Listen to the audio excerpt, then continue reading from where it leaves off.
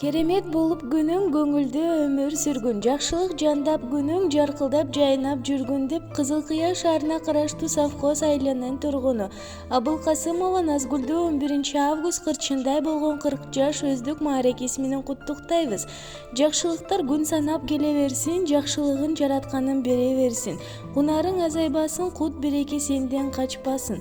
Кубанычтар куюлуп, кучагыңа батпасын. Ардактуу Назгүл, сага ачык маанай, бүркүлбөгөн талай, бөксөрбөгөн ырыскы, бекем ден соолук каалайбыз деп эжеси Толкунай, сиңдиси Жупаргүл жана жалпы бир туугандары куттукташат.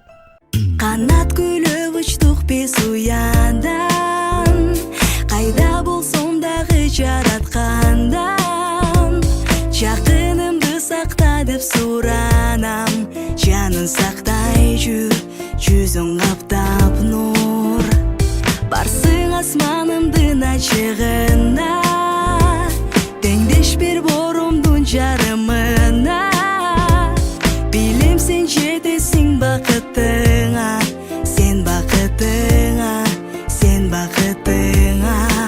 Жолукканда күтүп жанынан шам тараган,